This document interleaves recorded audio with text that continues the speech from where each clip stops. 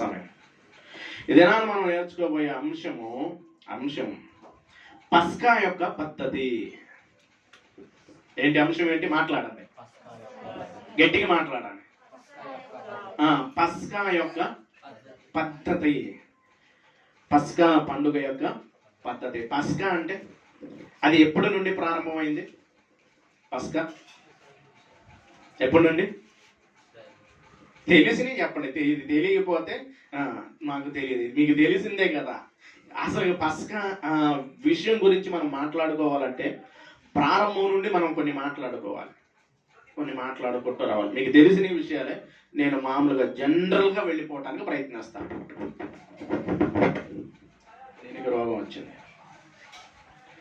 పస్కా యొక్క పద్ధతి గురించి మనం ఆలోచించాలి అంటే అసలు ఏం జరిగిందో మనకు తెలియాలి. అది ఏంటంటే అబ్రహాము గారి గురించి కాడి నుంచి మనం మొదలు పెట్టుకుంటూ వస్తుంటే అబ్రహాము, ఇస్సాకు, యాకోబుకి వచ్చేపాటికి ఎంతమంది పిల్లలు? చాలా మంది అయిపోయారు. వాళ్ళందరూ కూడా కరువు రాంగాలు ఎక్కడికి వెళ్ళారు? కరువు రాంగాలు ఇశ్రాయేలు ప్రజలు ఐగుప్తుకి వెళ్ళారు. ఈ ఐగుప్తుకి వెళ్ళిన తర్వాత వాళ్ళ పరిస్థితి ఎలాగ మారిపోయిందంటే యోసేపుకు తెలిసిన ఫరో ఉన్నంతకాలం వాళ్ళ జీవితం బాగుంది. తర్వాత వేరొక ఫరో వచ్చిన తర్వాత వాళ్ళ పరిస్థితి ఎలాగ మారిపోయింది అంటే చాలా భయంకరంగా మారిపోయింది. వారిని హింసిస్తూ ఉన్నారు. ఆ హింసిస్తూ వాళ్ళని బాగా బాధ పెడుతూ ఉన్నప్పుడు మోషే గారిని దేవుడు ఎన్నుకొని ఫరోతో మాట్లాడటం కోసం, ఎవరితో మాట్లాడటం కోసం? ఫరోతో మాట్లాడి వారిని విడిపించటానికి ఫరో మోషే గారిని ఎన్నుకొని వారి దగ్గర అనేకమైన కార్యాలు చేశాడు. 9 గొప్ప కార్యాలు చేశాడు. 9 గొప్ప కార్యక్రమాలు చేశాడు. అద్భుతాలు వారి దగ్గర చేశాడు. చేసిన తర్వాత చివరి చేయబోతున్న కార్యమే పస్కా. ఏంటి పస్కా అంటే? వాళ్ళు దాటిపోవట. ఈ పస్కా యొక్క ఉద్దేశాన్ని మనము ఆలోచిద్దాం పిల్లరా. దీని గురించి రాయబడుతుంది. ఎక్కడ రాయబడుతుందంటే నిర్గమాకాండము 12వ అధ్యాయం. ధ్యానం చేసుకుంటూ ఇప్పుడు పండగ అనగానే మనము ఎలాగుంటాం? సంబరాలు ఉంటాయా లేదా? పండగ అంటే ఏం చేస్తాం? మనం ఖచ్చితంగా మాకు బట్టలు తేవాలి, కొత్త బట్టలు తేవాలి, కొత్త షూ, కొత్త చెప్పులు అన్నీ కూడా కొత్తగా ఉండాలి.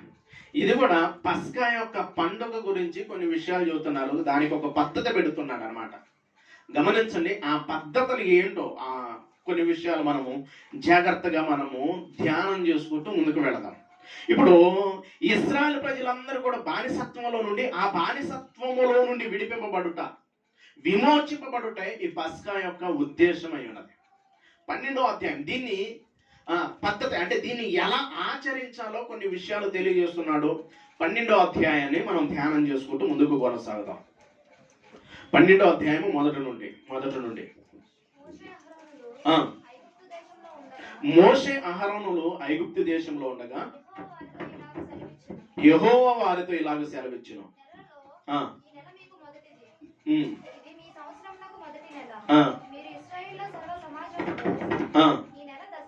ఈ నెల దశమి నాడు ఒక్కొక్కడు గొర్రెపిల్లనైనను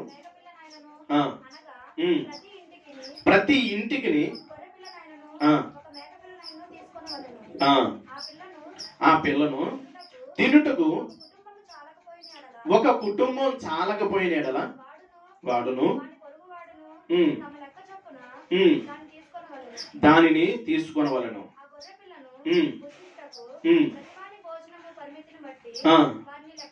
వారిని లెక్కించవలను. కొన్ని విషయాలు చెప్పుకుంటూ వస్తున్నాడు. ఏం చేయమంటున్నాడు అంటే ఒక గొర్రె పిల్లనైనను మేక పిల్లనైనను తీసుకోమంటున్నాడు. దేనికి అంటే ఆ పస్కా పండుగ ఆచరించడానికి ఏం తీసుకోమంటున్నాడు? ఒక గొర్రె పిల్లనైనను ఒక మేక పిల్లనైనను తీసుకోమంటున్నాడు. కుటుంబానికి ఒకటి తీసుకోమన్నాడు. కుటుంబంలో తక్కువ మంది ఉంటే ఇంకొంతమందిని ఎరుగు పొరుగు అని కానీ ఎవరినైనా తీసుకొని ఏం చేయమంటున్నాడు అంటే 6వ వచనం, నిర్దోషమైన ఏడాది మగపిల్లను తీసుకొని వాళ్ళను గొర్రెల్లో నుండైనను దానిని తీసుకోవాలి. ఎలాంటిది తీసుకోమంటున్నాడు? ఎలాంటిది తీసుకోమంటున్నాడు పండక్కి? ఈ పస్కాకి దేన్ని తీసుకోమంటున్నాడు అంటే ఏడాదిది నిర్దోషమైనది. ఏడాదిది నిర్దోషమైనది. నిర్దోషమైనది అంటే దానికి ఏమైనా పాపం అంటుందా? ఉంటాయి కదా, ఆలోచనలు ఉంటాయి కదా. ఎందుకంటే నిర్దోషం అని బైబిల్లో ఎక్కువగా ఈ దేనికోసం చదువుతున్నారు తెలుసా? తప్పులు పట్టుకోవడం కోసం చదివే వాళ్ళు ఎక్కువ మంది అయ్యారు. వాడికి అర్థం కాదు. ఎంత చెప్పినా ఇది ఆత్మ ద్వారా రాయబడిన గ్రంథము, ఆత్మ సహాయం వల్లే అర్థమైంది అంటే అర్థం కాదు. నిర్దోషమైనది అంటే అది దోషం లేకుండా ఉండాలి. అవన్నీ కూడా దోషంతో ఉండయా? ఆ దోషం ఎలాగొచ్చింది అన్న విషయాన్ని కనుక మనం ఆలోచించగలిగితే, దోషము అన్నది ఏ విధంగా అంటే కుంటిదైనను గుడ్డిదైనను రోగం కలదైతే అది నిర్దోషమైనది కాదు. పాపం చేసిందేమో అనుకుంటూ ఉంటారు కొంతమంది. కాదు. ఏది ఎలాగా అంటే ఏడాదిలో పుష్టిగా ఉన్నది, రోగం లేనిది, కుంటిది కాదు, గుడ్డిది కాదు, ఇలాంటి వాటిని మనం అర్పించకూడదు. ఏడాది నుంచి చెబుతున్నాడు. ఎలాగ ఉండాలంటున్నాడు? నిర్దోషంగా. నిర్దోషంగా ఉండాలి. ఏం చేయటానికి? పస్కా యొక్క పండుగను ఆచరించడానికి, ఆ పద్ధతిని ఆచరించడానికి ఏం తీసుకోమంటున్నాడు ఇశ్రాయేలు ప్రజలను? ఏడాదిది నిర్దోషమైనది. ఈ పాయింట్లు చాలా జాగ్రత్తగా గుర్తుపెట్టుకోండి. ఎంతమందికి? కుటుంబానికి ఒకటి చొప్పున తీసుకోమంటున్నాడు. ఇంకా ముందుకు వెళ్దాం. దాన్ని తీసుకొని వచ్చును. తరువాత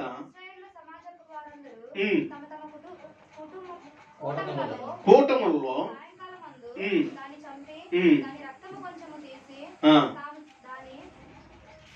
దాన్ని ఏం చేయమంటున్నాడు అంటే కమ్మిలు ఉంటాయి కదా మనకి, గడప కమ్మిలో, దాన్ని చంపి దాని రక్తాన్ని ఏం చేయమంటున్నాడు? దాన్ని అంతా కొంత తీసి దానికి పుయ్యమంటున్నాడు. నిలువు కమ్ములకి అడ్డు కమ్ములకు పుయ్యమంటున్నాడు. ఎందుకు ఈ కార్యక్రమం జరుగుతుందో మనకు అంతా విషయం తెలుసు.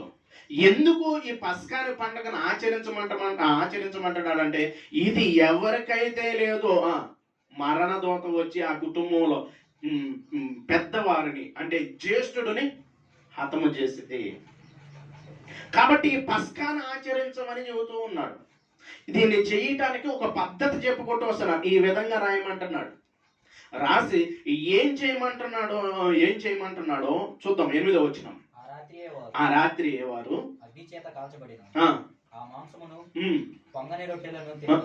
పొంగని రొట్టెలను తినవలను, చేదు కూరలతో. ఎలా తినాలంట? పండగ రోజు చేదు కూరలతో తింటాం మనం? ఆలోచించండి. ఇక్కడ నుంచి ఇంక ముందుకు వెళ్దాం, జాగ్రత్తగా వెళ్దాం. పస్కా యొక్క పద్ధతిని చాలా వాళ్ళని పండుగని ఆచరించమన్నాడు. ఆచరించి దాన్ని చంపేసి మీకు ఇష్టం వచ్చినట్టుగా ఏదో ఒకటి వండుకొని తినమనట్లా ఒక పద్ధతిని పెడుతున్నాడు. చూడండి, మనమైతే తెచ్చుకొని పండగ రోజు ఎన్ని రకాలు చేస్తాం? చికెన్తో ఎన్ని రకాలు వచ్చినాయి అంటే అన్ని ఇన్ని కాదు. ఇంకా పండగ వచ్చిందంటే దాంతో స్పెషల్గా చేయడానికి మనం ప్రయత్నిస్తాం. అవునా కదా? చాలా పాటిస్తూ ఉంటాం. కానీ వీళ్ళని పండగ ఆచరించడం, పస్కా యొక్క పండగను ఆచరించమంటున్నాడు. మీరు వండుకొని తినేయమంటున్నాడు. ఆ తినే విషయంలో ఎలాగ తినమంటున్నాడు తెలుసా? చేదు కూరలతో తినమంటున్నాడు అంట. ఎందుకు తినమంటున్నాడు? చేదు కూరలతో. ఉప్పు ఎక్కువైతే మనకు వచ్చే సంవత్సరం కూడా గుర్తుండిద్దా లేదా? కూరలో ఈ రోజు పండగ రోజు మంచి కూరలు తెచ్చుకున్నాం. తెచ్చుకోక 400 500 ఉంది. ఏం తెచ్చుకున్నాం చెప్పండి? తెచ్చుకున్న తర్వాత ఆ కూరలో కారము ఉప్పు ఎక్కువైంది. ఇంకా చూడండి, సంవత్సరం మొత్తం పోయిన సంవత్సరం వండావు కానీ అప్పుడే బంధువులను అందరూ పిలుచుకున్నాం, నీ కుటుంబ సభ్యుల్ని. ఏమంటారు? పోయిన సంవత్సరం కూర వండిందండి. ఎలా ఏం ఎక్కువైంది? ఉప్పు ఎక్కువైందో కారం ఎక్కువైందో అది చెబుతుంటారు. అదంతా పాడైపోయిందంటే ఇంకా మామూలుగా ఉండదు పరిస్థితి. కానీ ఇక్కడ వారికి ఇశ్రాయేలు ప్రజలకు ఒక విషయాన్ని చెప్పుకుంటూ వస్తున్నాడు. ఏం చెబుతున్నాడంటే, ఆ రాత్రి వారు అగ్ని చేత కాల్చబడిన మాంసమును పొంగని రొట్టెలను తినవలను. ఎలా తినాలి అంటున్నాడంటే చేదు కూరలతో తినాలి. ఎలా తినమంటున్నాడు? చేదు కూరలతో తినాలి అని చెబుతున్నాడు. ఇంకా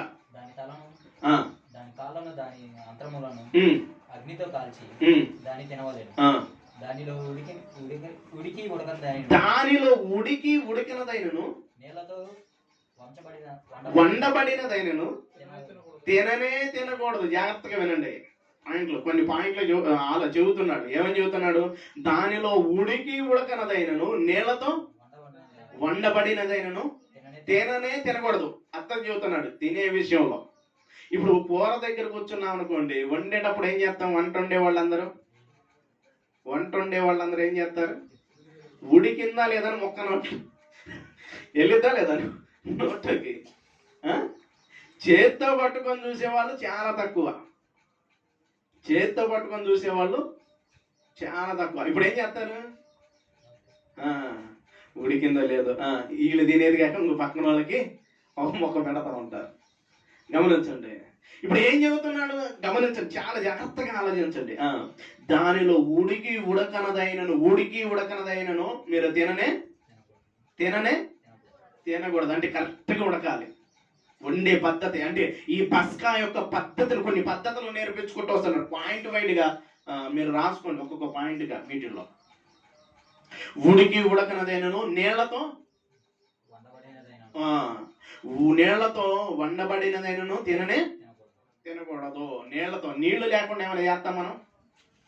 నీళ్లు లేకుండా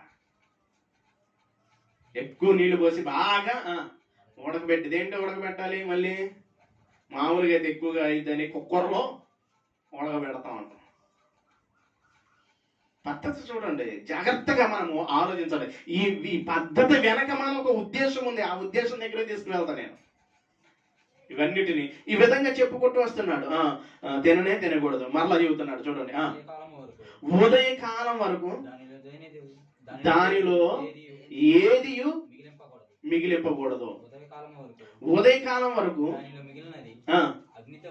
దానిని అగ్నితో కాల్చేవాడు. ఇప్పుడు మనం ఏం ఆలోచిస్తాం చెప్పండి? ఏం చెప్పాడు? ఉదయకాలం వరకు దేనిని మిగల్చకూడదు. కొన్ని కూరలు మనం అనుకుంటాము తెల్లారికి రుచి వచ్చిందంట. చేపలు వండుకున్నాం అనుకోండి, ఎప్పుడు తింటే బాగుండేది అనుకుంటాం? రెండో రోజుకైతే దానికి ఏం పట్టిద్ది? బాగా పులుసు మొత్తం, ఉప్పు కారం గీరం మొత్తం పట్టిద్ది. తెల్లారికి బాగుండిద్ది అనుకుంటాం. వీళ్ళతో ఏం చెబుతున్నాడు తెలుసా? తెల్లారికి ఉండకూడదు అంటున్నాడు. ఉదయానికి ఉండకూడదు. తెల్లారికి ఉండకూడదు అంటే మనమేమో కొంచెం మిగిలినమ్మటిని ఏం చేస్తాం? ఫ్రిడ్జ్లో పెట్టాం. రేపు పొద్దున దోశల్లోకో దేంటో దానికి పనికి వచ్చింది అంటున్నాడు. కొన్ని పద్ధతులు చెబుతున్నాడు. పండగ అని చెప్పాడు. పండగ అంటే అందరికి సంబరాలు ఉంటాయా లేదా? హ్యాపీ ఉండిద్దా లేదా? పస్కా యొక్క పండగను ఆచరించమన్నాడు. గొర్రెను కోసుకోమంటున్నాడు, తినమంటున్నాడు. తినమంటూ పద్ధతులు పెడుతున్నాడు. చూడండి, కొన్ని ఆచరించమంటున్నాడు. ఎన్ని ఆచరించమంటున్నాడు? ఒక్కొక్క దానిని ఆలోచిస్తూ ఉన్నప్పుడు చాలా విషయాలు బయటపడుతూ ఉంటాయి. ఇక్కడ చెబుతున్నాడు ఉదయం మటుకు మిగల్చకూడదు అని చెప్పుకుంటూ వస్తూ ఏమన్నా ఉందంటే దాన్ని అగ్నితో కాల్చివేయాలంటున్నాడు. 11వ వచనాన్ని చూద్దాం. ఇప్పుడు చెబుతున్నాడు మీరు దానిని తినవలసిన విధమేమనగా. పైన ఒకసారి చెప్పాడుగా చేదు కూరలతో తినాలి అని చెప్తున్నాడు. కిందకు వచ్చేపాటికి చెబుతున్నాడు తినవలసిన విధమేమనగా. ఎలా తినాలి? మనం కూర్చొని బంధువులందరూ వస్తే ఎలాగుండేది చెప్పండి? ఎలాగుండేది? అందరూ రౌండ్ టేబుల్ వేసి అందరం కూర్చొని తిందాం. ఈరోజు ఎలా తిందాం? బంధువులు వస్తే ఎవరు వాళ్ళు తింటారా? కాదు, రౌండ్ టేబుల్ వేద్దాం. కూర్చొని అందరం కంచాల్లో పెట్టుకొని ఆ మాట ఈ మాట, ఎలాగుంది కూర, ఏ ఊర్లో ఆ ఊర్లో మీరు ఎలాగ ఉండాలి, అక్కాయ ఎలాగుంది, ఎక్కాయ ఎలాగుంది అని చెప్పేసి మాటలు చెప్పుకుంటూ తింటాం కదా. కానీ ఒక పద్ధతిని పెడుతున్నాడు. చూడండి ఏం చెబుతున్నాడు? మీరు దానిని తినవలసిన విధమేమనగా మీ నడుము కట్టుకొని, మీ చెప్పులు తొడుక్కొని, మీ కర్రలను చేత పట్టుకొని త్వరపడుచు దానిని పద్ధతిని పెట్టేసేసాడు. కొన్ని పద్ధతులను పెడుతూ ఉన్నాడు. జాగ్రత్తగా ఆలోచించండి. మీరు తినవలసిన విధంగా మీ నడుము కట్టుకొని మీ చెప్పులు తొడుగుకొని గబక్కన తినేటప్పుడు కొంతమంది చెప్పులు ఉన్నాయి అనుకోండి, రే చెప్పులు విసి తినరా అంటాడు. విన్నారా? ఎవరన్నా అన్నారా? నన్నైతే చాలా మంది అన్నారు, చెప్పులు విసుగు తినరా అంటాను. ఏమన్నా చెప్పులు వేసుకొని తినకూడదు, కానీ వీళ్ళకి ఏం చెబుతున్నాడు, మీ నడుము కట్టుకొని చెప్పులు తొడుక్కొని మీ కర్ర చేత పట్టుకొని ఎలా తినాలంట? త్వరపడుచు దానిని తినవలను. అది యెహోవాకు పస్కా బలి. అయిపోయింది కదా, పస్కా బలి అయిపోయింది. ఇంకెంతేనా? ఎలా తినమంటున్నాడు అంటే కర్ర నడుము కట్టుకోమంటున్నాడు, చెప్పులు తొడుక్కోమంటున్నాడు, చేతి కర్ర పట్టుకోమంటున్నాడు. ఎలా తినమంటున్నాడు? 4 మాటలు మాట్లాడుకుంటారు కదా, కొన్ని మాటలు మాట్లాడుకుంటా కాదా? కాదు. తినవలసిన పద్ధతి చెప్పుకుంటూ గబగబ తినేయాలంట, త్వరపడుతూ తినాలి. ఎందుకు ఇన్ని పద్ధతులు పెట్టాడు? ఇదే యెహోవాకు, అది యెహోవాకు పస్కా బలి. ఎందుకు ఇన్ని పద్ధతులు పెట్టారు? ఎప్పుడైనా ఆలోచించారా? ఈ పస్కా యొక్క ఉద్దేశం ఆలోచించారా? ఈ విధంగా వాళ్ళు ఈ కార్యక్రమాలన్నీ చేసేటప్పుడు ఎవరంటారు? పెద్దవాళ్ళు అమ్మటి ఎవరుంటారు? ఏమనించండి. ఇప్పుడు వాటికి మనం చేసేయని ఈడున్నాడు, పుట్టోడు ఉన్నాడు, వాడు ఏం చేస్తుంటాడు? పెద్దవాళ్ళని గమనిస్తూ ఉంటాడు. డ్రమ్ము కొడుతుంటే గమనించాడు, ఇప్పుడు డ్రమ్ము కోసం వాడు తిరుగుతూ ఉంటాడు. ఏదైతే చేస్తూ ఉంటామో వాళ్ళకి ఆశ్చర్యంగా ఉండేది, అడుగుతూ కూడా ఉంటారు. ఈ పస్కా యొక్క ఉద్దేశం ఏంటి అంటే వాళ్ళ పిల్లలు ఖచ్చితంగా డౌట్ వచ్చేది.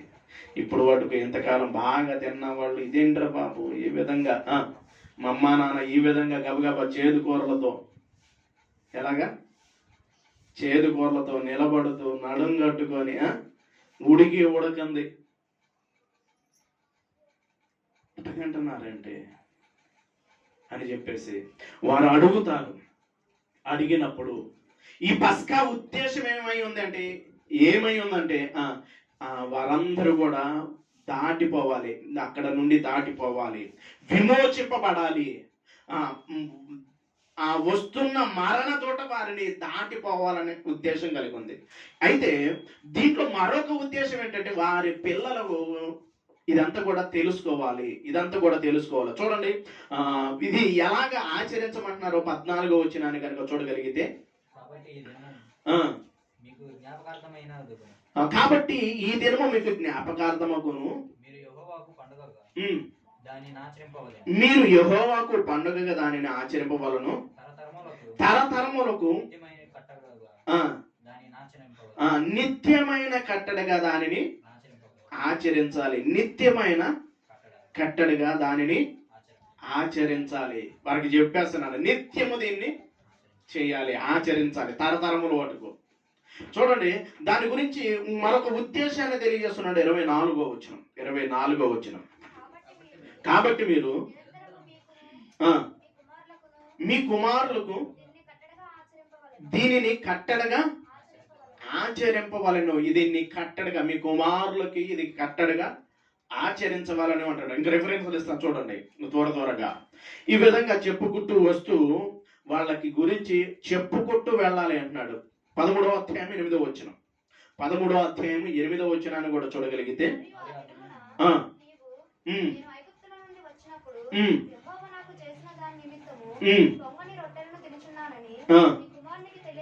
నీ కుమారులకి చెప్పాలి, తరతరములకు కట్టడిగా ఉండాలి. ఇది నువ్వేం చేయాలంటే నీ కుమారులకి చెప్పాలి. ఎందుకు నాన్న ఇవన్నీ చేస్తున్నావంటే, ఇదిగో ఐగుప్తులో నుండి, బానిసత్వంలో నుండి మనల్ని విడిపించాడు. ఆ రోజు దేవుడు మనల్ని విమోచించాడు, ఆ రోజు మనల్ని కాపాడాడు దేవుడు అని ఏం చేయమంటున్నాడు? పిల్లలకు తెలియచేయాలి, దీనిని కట్టడగా ఆచరించాలి అని చెప్పుకుంటూ వస్తున్నాడు. ఇంకా చూడగలిగితే 13వ అధ్యాయం 14వ వచనం. 13వ అధ్యాయం 14వ వచనం. ఇక మీదట నీ కుమారుడు ఇది ఏమిటని నిన్ను అడుగునప్పుడు నీవు వానిని చూచి బాహుబలము చేత ఐగుప్తులో నుండి మనలను బయటికి రప్పించును. అంటే పిల్లలకు తెలియచేయాలి. ఇప్పుడు పస్కా ఆచరిస్తున్న వాళ్ళు ఏం చేయాలి? పిల్లలకు తెలియాలి. ఎంతవరకు ఇది నిత్యమైన కట్టడగా ఉండాలి. అంటే పస్కా యొక్క పద్ధతి ఏంటి అంటే ఇవన్నీ తింటూ మన పిల్లలకి ఏం చేయమంటున్నాడు? తెలియజేయమంటున్నాడు. ఎంతవరకు తెలియజేయమన్నాడు? తరతరముల వరకు నిత్యమైన కట్టడగా దీనిని చేయాలంటున్నారు. ఇది చెప్పుకుంటూ వచ్చారా? చెప్పుకుంటూ వచ్చారా అంటే కొంతకాలానికే వీరందరూ కూడా మరిచిపోయినట్టుగా కనపడుతుండేది. గమనించండి, ఇది నిత్యమైన కట్టడగా ఉండాలి. ఈ పద్ధతిని ఖచ్చితంగా మీరు తెలియచేయాలి. ఏంటంటే ఆ పద్ధతి ఏంటంటే దేవుడు మనల్ని విడిపించాడు అని మన పిల్లలకి తెలియజేయాలి. బాహుబలము చేత యెహోవా దాస్య గృహమైన ఐగుప్తులో నుండి మనల్ని బయటికి రప్పించాడని పిల్లలకి తెలియజేయాలి. అయితే కొంతకాలానికే మరిచిపోయినట్టుగా ఉండేది. ఈ పస్కా పద్ధతిని కంటిన్యూ చేయమంటే కొంతకాలానికి మర్చిపోయారు. చూడండి, న్యాయాధిపతుల గ్రంథము 2వ అధ్యాయం అని కూడా ఒకసారి చూడండి. 2వ అధ్యాయము న్యాయాధిపతుల గ్రంథము 2వ అధ్యాయము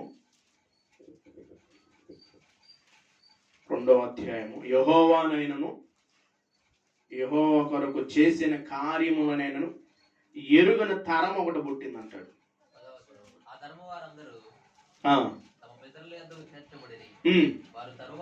వారి తరువాత యెహోవానైనను ఆయన ఇశ్రాయేలు కొరకు ఎరుగని తరం ఒకటి పుట్టగా అంటున్నాడు. చూడండి, ఇప్పుడు దేవుడు ఈ కార్యాలు చేశాడని ఎవరికి తెలియజేయమన్నాడు? పిల్లలకు తెలియజేయాలి. మన పిల్లలకి వారికి తెలియజేయాలి. అయితే కొంతకాలానికే ఈ పస్కా పద్ధతిని ఎందుకు పెట్టాడు అంటే మన పిల్లలు అడుగుతారు, వాళ్ళు అడిగినప్పుడు వాళ్ళకి తెలియజేయాలి. ఈ విధంగా ఎందుకు చేస్తున్నారంటే దేవుడు మన ఐగుప్తులో నుండి తీసుకొచ్చాడని చెప్పాలి. అయితే కొంతకాలానికి యెహోవానైనను, గమనించండి, యెహోవానైనను ఆయన ఇశ్రాయేలు కొరకు చేసిన కార్యములైనను ఎరుగని తరం ఒకటి పుట్టగా అంటున్నాడు. అంటే ఒక తరం పుట్టేసింది. అంటే చెప్పనోళ్ళు చాలా మంది ఉన్నారు. పస్కా పద్ధతిని ఆచరించుకుంటూ ముందుకు వెళ్ళవలసిన వాళ్ళు పిల్లలకు తెలియజేయవలసిన వ్యక్తులు చెప్పనతనం. అంటే యెహోవా అన్ని గొప్ప కార్యాలు చేస్తే, అన్ని అద్భుత కార్యాలు చేస్తే చెప్పన తరం ఒకటి పుట్టిందంట.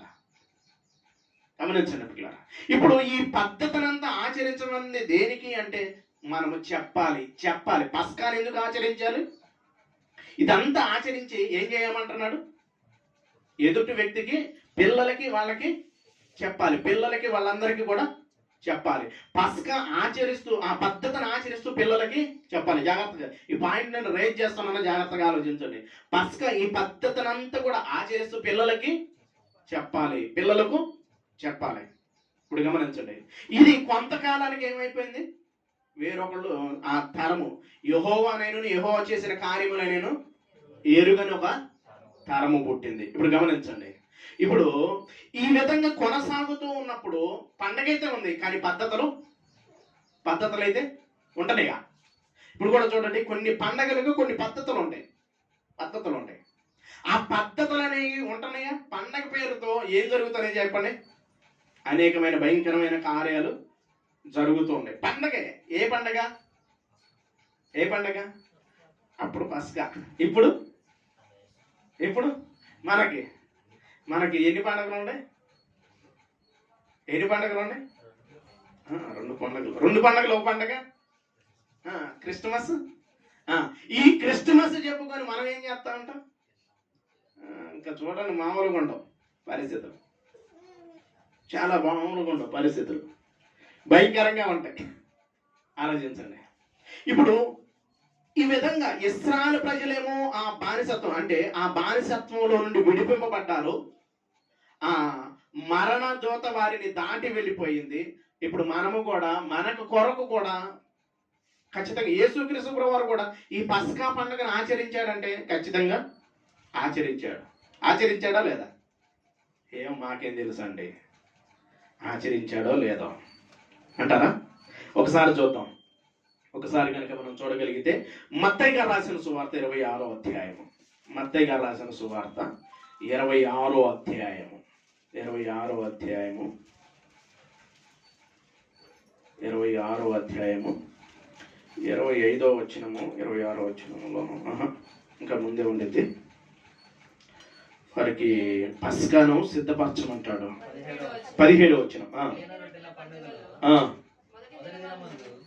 శిష్యులు యేసు నద్దకు వచ్చి ఆ పస్కాను పూజించుటకు మేము నీ కొరకు ఎక్కడ సిద్ధపరచగోరుచున్నామని అడిగిరి. అందుకు ఆయన మీరు పట్టణమందున్న పలాని మనుషుని వద్దకు వెళ్ళి నా కాలము సమీపమై ఉన్నది, నా శిష్యులతో కూడా నీ ఇంట పస్కాను ఆచరించదనని బోధకుడు చెప్పి ఉన్నాడని అతనితో చెప్పమని. గమనించండి, ఎక్కడ చెప్పాడు? మోసే కాలంలో ఐగుప్తిలో నుండి విడిపింపబడుతున్న ఈ పస్కాను ఖచ్చితంగా దీన్ని అవి వచ్చింది, కానీ పద్ధతులు మారిపోయినాయి. ఎక్కడ పట్టుకొచ్చిందంటే యేసుక్రీస్తు ప్రభువారు వాడు ఏం చేస్తున్నాడు? జాగ్రత్తగా వినండి. యేసుక్రీస్తు ప్రభువారు ఏం చేస్తున్నాడు? పస్కాను ఆచరిస్తూ ఉన్నాడు. సిద్ధపరచండి అంటే రెడీ చేయమనే కదా, రెడీ చేయమనే కదా.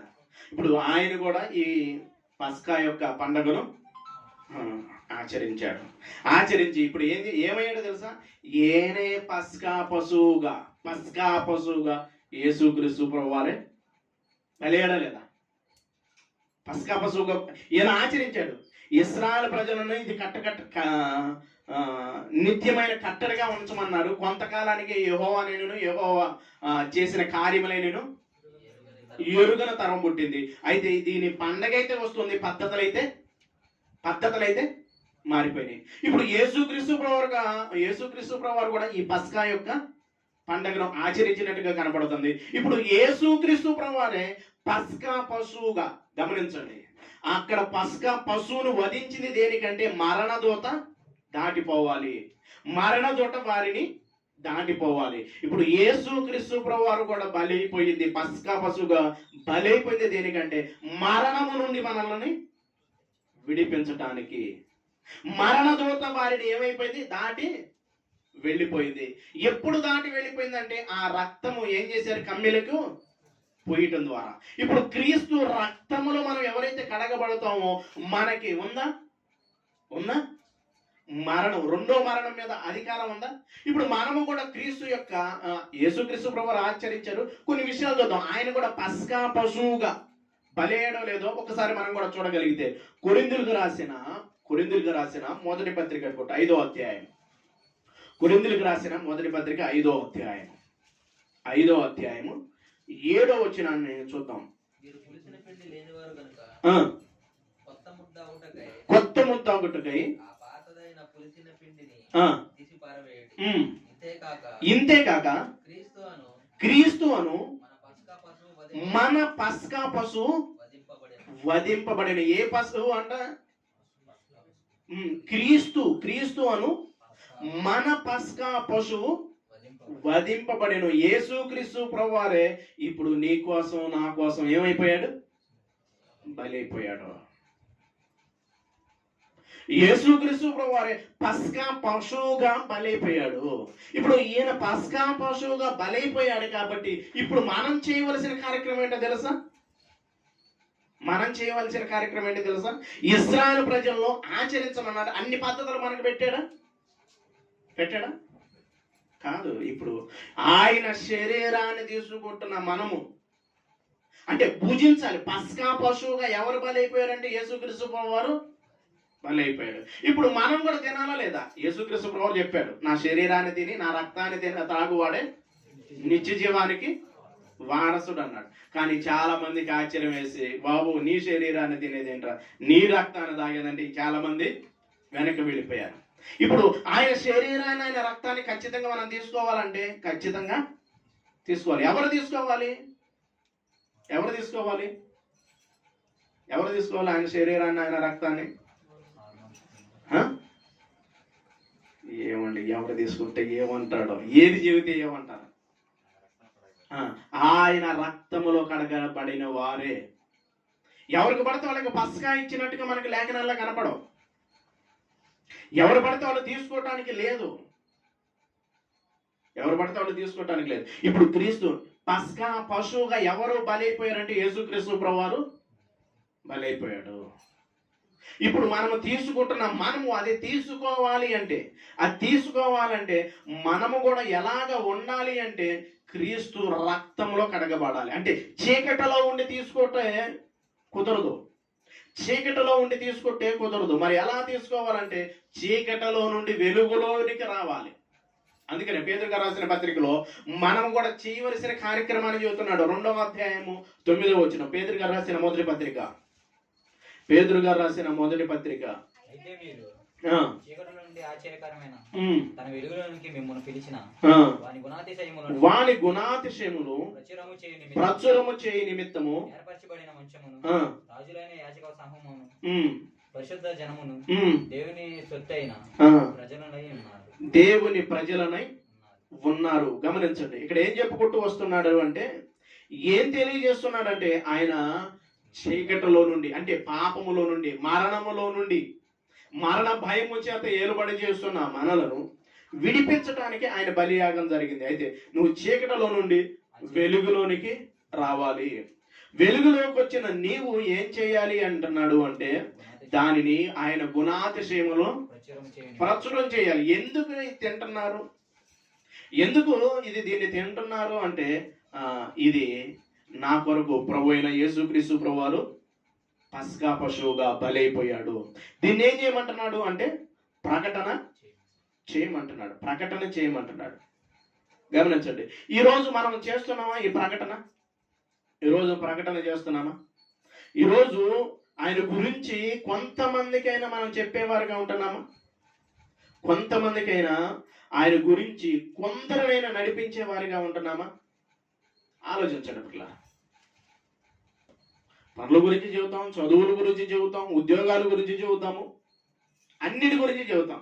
ఇంట్లో ఉన్న పరిస్థితులన్నీ కూడా చెప్పుకుంటూ ఉంటాం. కానీ ఆయన గురించి, ఆయన చెప్పమన్నదాన్ని చెబుతామా? అని మనకు చెప్పం. కానీ ఆయన శరీరాన్ని, ఆయన రక్తాన్ని తీసుకుంటాం. అంటే ఎవరు తీసుకుంటారంటే చీకట్లో ఉన్నవాడు తీసుకోవటానికి వీలు లేదు, అది భుజించడానికి వీలు లేదు, పాపములో ఉన్నవాడు తినడానికి వీలు లేదు. పస్కాను కూడా అంతే చేశాడు తెలుసా? ఎవరు పడితే వాడు తినడానికి వీలు లేదు. ఒకసారి చూద్దాం, నిర్గమాకాండము 12వ అధ్యాయం. ఒకసారి వాళ్ళు కూడా ఆ మాటను కూడా చూపించి 43వ వచనం. పస్కాను కూడా ఎవరు పడితే వాళ్ళు తినడానికి వీల్లేదు. 12వ అధ్యాయం 43వ వచనం. మరియు ఇట్లా నేను ఇది పస్కా పండుగను గూర్చిన కట్టడ, ఇది పస్కా పండుగను గూర్చిన పండుగ. అన్యుడెవడును దానిని తినకూడదు గాని సున్నతి పొందిన వాడైతే దానిని తినవచ్చు. గమనించండి, ఒక పద్ధతిని పెడుతున్నాడు. ఎవడ పడతాడికి పెట్టడానికి వీల్లేదు, ఇది దీన్ని చేయటానికి వీలు లేదు. ఇప్పుడు క్రీస్తు యొక్క శరీరాన్ని, రక్తాన్ని ఎవరు పడతాడో తీసుకోవచ్చా? లేదు. అంటే చీకటిలో ఉన్నవాడు తీసుకోవటానికి వీల్లేదు, పాపములో ఉన్నవాడు తీసుకోవటానికి వీల్లేదు. అంటే పాపము నుండి విడిపింపబడిన వాడు తీసుకోవాలి. సున్నతి చేయబడిన వాడు, కొనబడిన వాడు. ఇప్పుడు క్రీస్తు రక్తములో మనం అందరం కొనబడిన వారమా కాదా? తన స్వరక్తాన్ని ఇచ్చి మనల్ని ఏం చేశాడు? కొన్నాడా లేదా?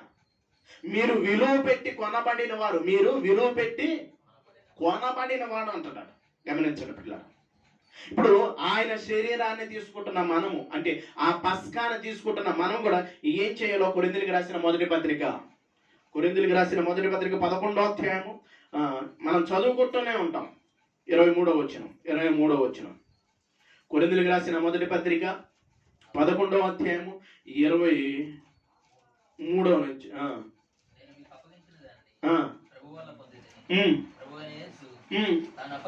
రాత్రి ఒక రొట్టెను ఎత్తుకొని